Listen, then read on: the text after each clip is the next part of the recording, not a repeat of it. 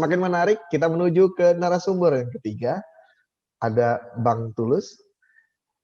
Bang Tulus sudah siap dengan materinya? Saya tahu dengan ide-ide gila jadi akan keluar lagi, pasti akan memperkaya kita. Kita betul-betul mendapat vitamin di siang ini.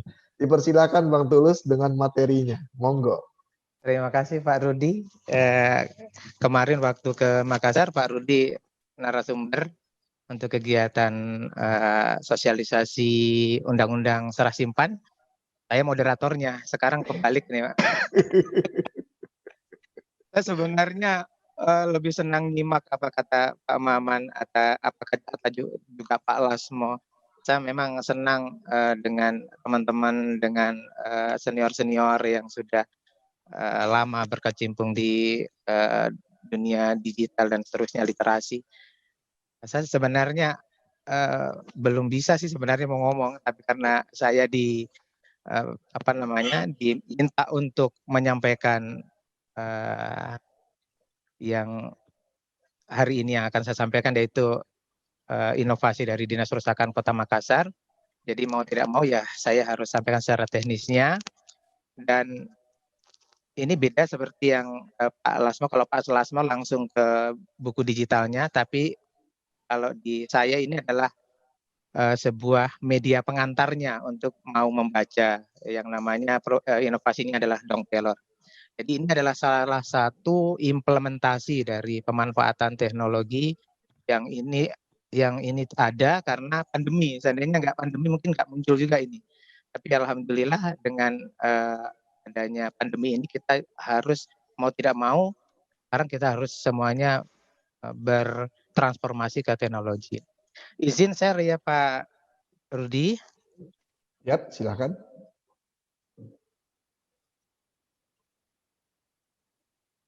Ada materi yang akan di-share? Sudah, ya sudah tampil Pak Rudi? Sedang loading. Oke, sudah tampil.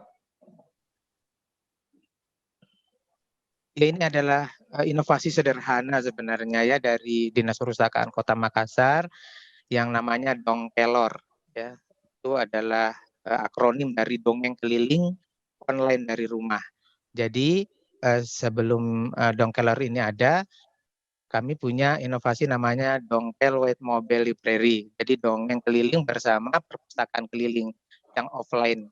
Setelah pandemi kita boyong dongengnya bersama perpustakaannya ke digital ya atau ke online. Jadi ini adalah inovasi perpustakaan di era digital dan pandemi COVID-19. Jadi sebenarnya tantangan budaya baca di era IT ini sangat banyak ya, karena sebagian besar juga anak-anak sudah punya smartphone ya, yang bisa digunakan untuk berbagai keperluan, tapi lebih banyak ke hiburan ya. Kalau kita amati, kita lihat anak-anak lebih banyak main game daripada menelusur atau ke hal-hal yang positif untuk membaca dan seterusnya. Kemudian banjir informasi sehingga akan bingung memilih. Jadi kami membuat salah satu inovasi tersebut sebenarnya untuk bagaimana yang banjir informasi yang negatif itu bisa kita juga serbu ke yang positifnya. Jadi bukan hanya Dongkelor saja nanti ke depannya, kami akan juga membuat semacam talkshow dan seterusnya yang akan di-online-kan. Kita juga sudah punya studio mini di Perpustakaan Umum Kota Makassar, ada 3 studio. Yang baru jalan ini baru studio Dongkelor, nanti ada juga studio untuk remaja, untuk talkshow duta baca, dan ada juga nanti untuk ibu-ibu rumah tangga, ada kami punya ibu relawan baca, nanti di situ dia akan membuat program namanya Dapur Pustaka. Jadi sambil memasak yang ditayangkan secara online, nanti juga akan ada tips-tips untuk membaca bagi keluarga. Ini yang rencana ke depan akan kami juga lakukan. Memang kita tidak bisa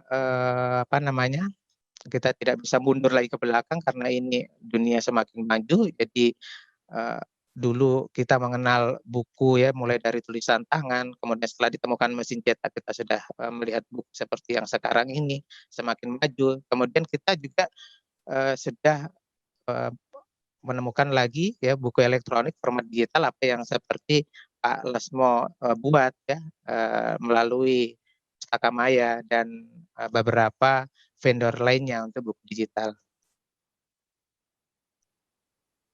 Terus apa layanan perpustakaan yang diamanahkan dalam undang-undang? Sebenarnya dalam undang-undang perpustakaan itu sudah jelas bahwa untuk mengembangkan layanan perpustakaan itu harus berbasis teknologi, informasi dan komunikasi. Itu pasal 22, 23 dan 24 itu secara jelas di perpustakaan umum, perpustakaan sekolah dan perpustakaan perguruan tinggi itu harus menerapkan layanan berbasis teknologi informasi. Terus kewajiban tenaga perpustakaan apa berdasarkan Undang-Undang Nomor 43 Tahun 2007 tentang perpustakaan. Jadi tenaga perpustakaan termasuk pustakawan itu salah satunya memberikan layanan prima terhadap pemustaka. Itu pasal 32 Undang-Undang Nomor 43 Tahun 2007. Jadi untuk memberikan layanan prima tersebut, jadi tenaga perpustakaan harus bisa berpikir lebih kreatif lagi, apalagi di tengah pandemi, bukan berhenti seperti apa yang disampaikan Pak Las bahwa sejak pandemi berhenti ini yang menantang sebenarnya bagi tenaga-tenaga perpustakaan. Apalagi di saat COVID, semua sebagian aktivitas waktu itu dihabiskan di rumah. Padahal sebelumnya lebih dari sepertiga waktu anak-anak dihabiskan di lingkungan sekolah.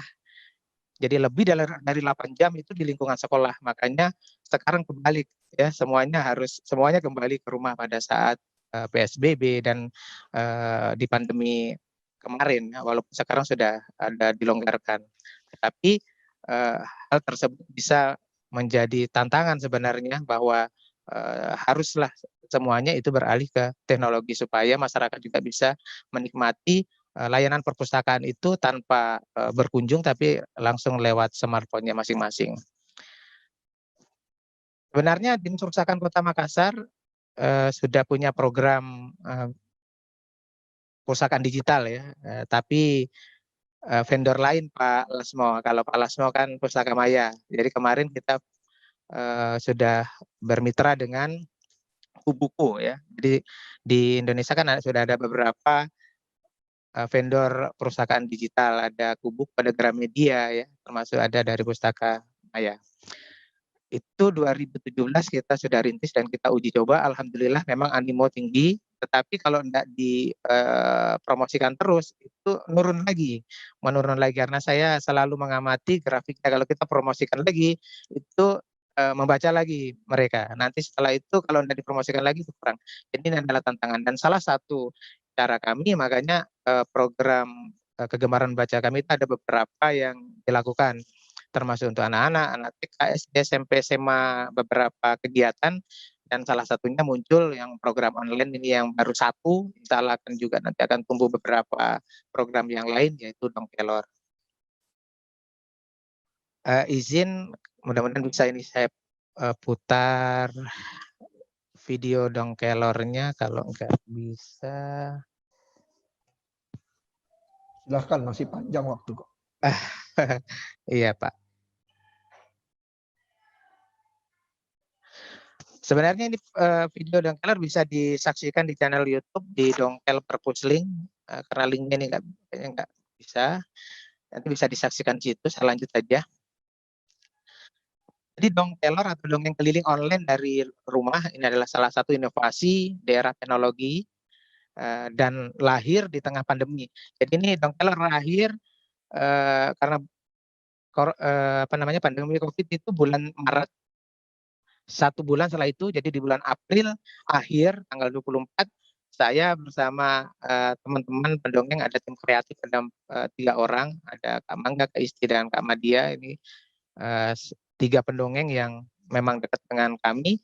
Ini membahas bagaimana dongeng yang sebelumnya offline ini bisa di-online-kan. Maka pada tanggal 2 Mei ya, bertepatan dengan Hardiknas, Hari Pendidikan Nasional, kita luncurkan dongeng keliling ini ke publik lewat Instagram awalnya. Jadi sebenarnya inovasi Dongkel ini adalah perluasan dari layanan dongeng dari sebelumnya yang mendatangi tempat-tempat umum termasuk sekolah, kita alihkan ke daring, ke online. Jadi ini adalah latar belakangnya. Jadi sejak pandemi COVID otomatis menghentikan semua layanan Dongkel Perpusling atau dongeng keliling bersama perpustakaan keliling yang selalu mendatangi sekolah seperti tadi perpustakaan ya.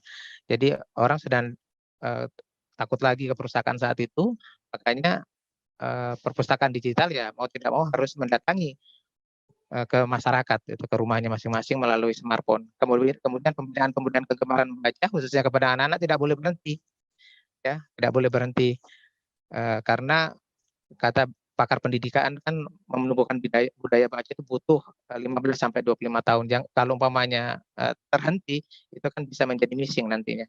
Kemudian muncullah ide untuk memindahkan semua aktivitas mendongeng itu ke daring ya, sekaligus memberikan edukasi untuk mematuhi protokol kesehatan dalam pencegahan COVID. Jadi Dongkelor itu bukan hanya dongeng saja isinya, tetapi ada apa namanya edukasi untuk mematuhi protokol kesehatan. Kemudian di dalam juga ada promosi untuk perusahaan digital. Kemudian nama Dongkelor juga ini terinspirasi juga dari nama tumbuhan yang dipercaya yang menangkal virus corona, yaitu daun kelor itu. Enak juga ini kalau dimasak ini dengan santan. Kemudian edisi perdana pun diluncurkan live bertepatan dengan Hari Pendidikan Nasional hari Sabtu tanggal 2 Mei 2020 di akun Instagram. Kenapa 2 Mei dipilih? Karena supaya enak ya, enak diingat dan memang mau pas dengan Hari Pendidikan. Di akun Instagram Dongkel Perpusling. Jadi kita sudah punya media sosial, ada Instagram, Twitter, Facebook, dan YouTube. Ini adalah skemanya. Jadi pendongeng berkolaborasi dengan perusahaan keliling. Apa yang disampaikan Kak Maman, memang kita harus berkolaborasi. Kita di Dinas Perpustakaan Kota Makassar membuka diri dengan berbagai komunitas-komunitas, termasuk komunitas dongeng, ya, pegiat literasi dan seterusnya untuk berkolaborasi. Kita ada beberapa inovasi itu, beberapa inovasi semua, bukan lagi beberapa, hampir semua inovasi dijalankan oleh teman-teman mitra kami termasuk pegiat literasi. Inilah lahir Dongkel with Mobile Library, yaitu dongeng keliling bersama perusahaan keliling.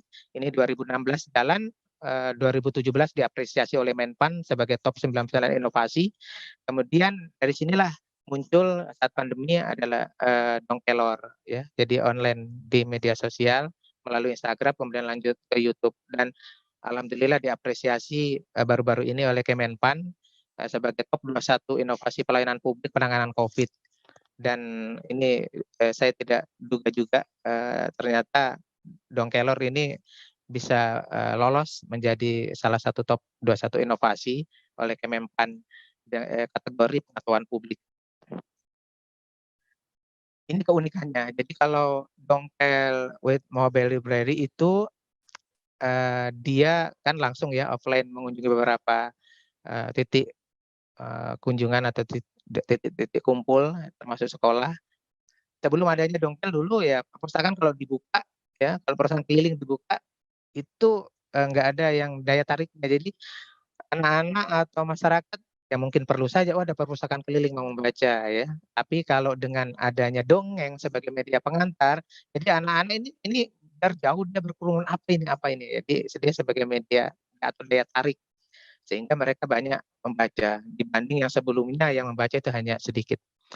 Kemudian kita pindahkan ke online. Jadi kita buat studio sebelumnya di Instagram, tidak di studio tetapi di rumah masing-masing.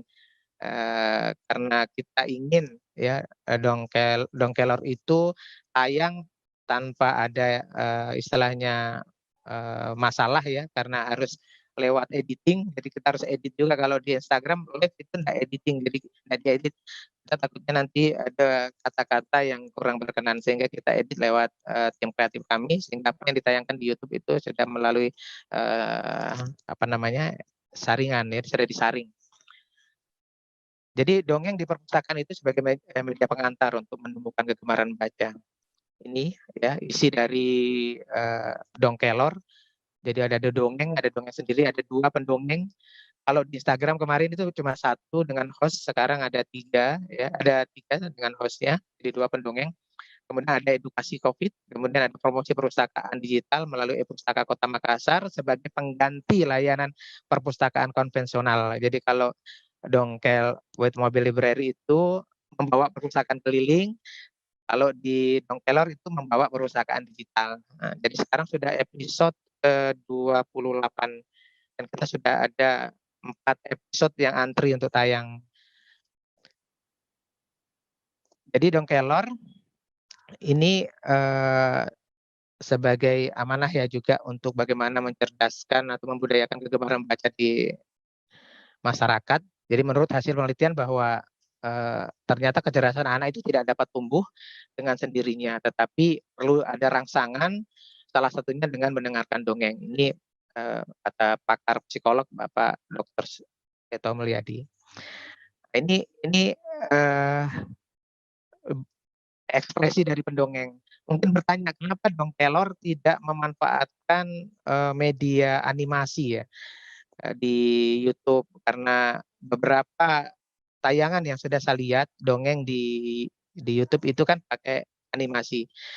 Ini kenapa kita tidak pakai animasi? Karena kita memang konsepnya hanya memindahkan dari offline ke online, itu yang pertama. Kedua, kita sengaja tidak memakai animasi karena semua anak-anak itu punya imajinasi sendiri-sendiri.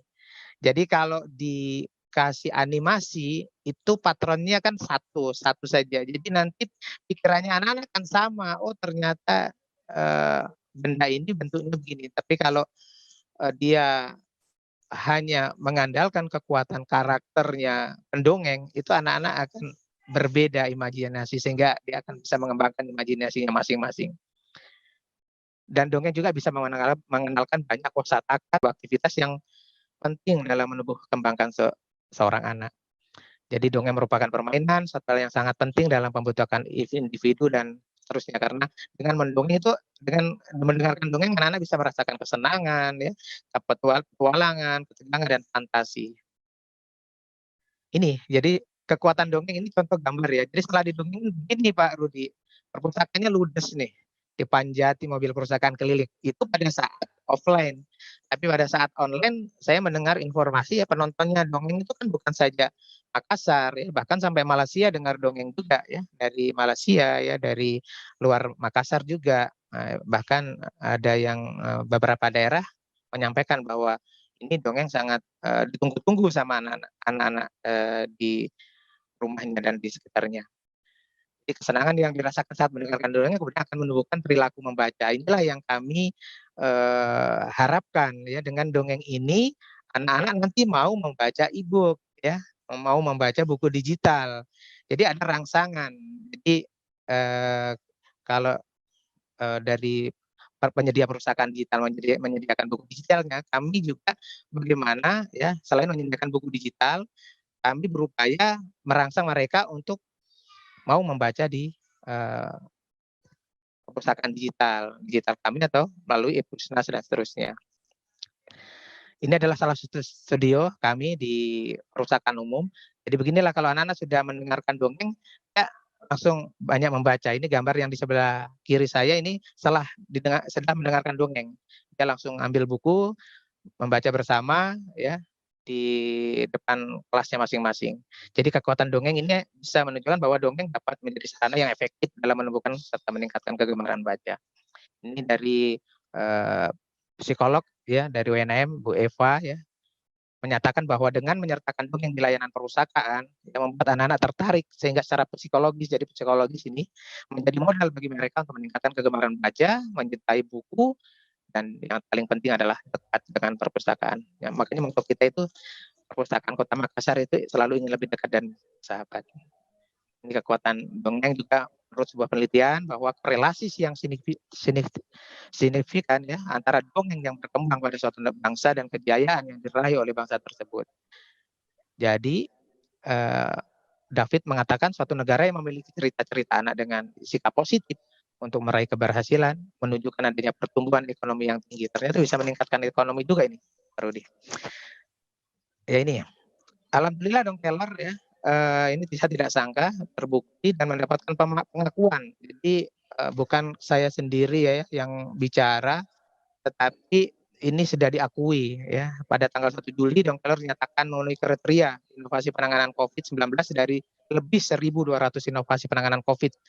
Padahal Dong Keller ini anggarannya ya tidak ada sebenarnya, karena kita kan kemarin juga anggaran kita di refocusing ya.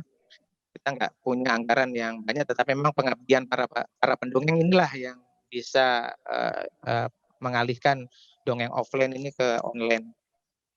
Kemudian tanggal 26, alhamdulillah Dong Kelor diumumkan dan ditetapkan masuk sebagai top 1 inovasi penanganan COVID-19 di Indonesia yang diselenggarakan oleh Jaringan Inovasi Pelayanan Publik Kemenpan RB tahun 2020.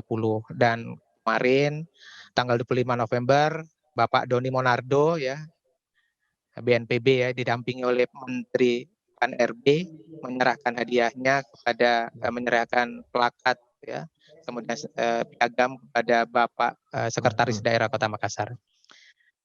Dan ini adalah salah satu sebenarnya yang memberikan kepercayaan kepada Kota Makassar ya, sehingga Perpustakaan Nasional pada hari ini diundang untuk berbagi cerita tentang Dong Kelor. Terima kasih Pak Kepala Pusat Analisis Bapak Adin Bondar, Bapak Deputi 2 yang telah mengundang Dinas Perpustakaan Kota Makassar atas nama pemerintah Kota Makassar untuk berbagi tentang inovasi bagaimana memberdayakan teknologi melalui kegiatan Dong Kelor ini.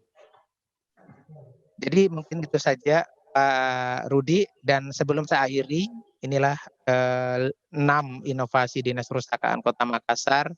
Ada Dong Kelor, ya, itu meraih top 99 inovasi nasional tahun 2017. Kemudian ada Kartu Perpustakaan Bisa PD, itu 20 top inovasi provinsi tahun 2018. Layanan suka atau kelas khusus pemustaka, insya Allah tahun depan ini mudah-mudahan bisa online juga layanan kelas khususnya, itu 10 layanan inklusi sosial terbaik tahun 2019. Ada Sentuh Pustaka juga Pak Rudi, juara 1 inovasi Kota Makassar ini Sentuh Pustaka, bagaimana perpustakaan-perpustakaan yang ada di sekolah itu bisa sesuai dengan standar nasional melalui kegiatan Sentuh Pustaka. Kemudian ada Magang Mandiri, bagaimana perpustakaan Kota Makassar ini menjadi salah satu wadah untuk alumni jurusan ilmu perpustakaan, dan ada beberapa yang sudah kami salurkan di beberapa perpustakaan sekolah. Dan terakhir ada dongeng keliling online ya atau Dong Kelor. Terima kasih Pak Rudi. Mohon maaf atas segala kekurangan. Assalamualaikum warahmatullahi wabarakatuh. Waalaikumsalam warahmatullahi wabarakatuh. Luar biasa, sahabat perpustakaan. Inovasi yang dilakukan oleh Dinas Perpustakaan Makassar tadinya hanya untuk, yang saya tangkap hanya untuk menumbuhkan budaya gemar membaca. Tapi memang orang kreatif adalah orang-orang yang selalu cerdas di segala situasi.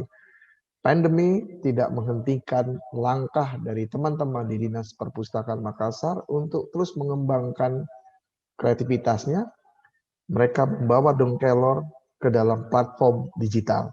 Dan akhirnya mereka mendapatkan akibat dari platform digitalnya, penghargaan dan pengakuan secara nasional, bahkan tadi pemirsanya juga bisa dari Malaysia juga. Semakin kelihatan titik simpul dari tema kita hari ini.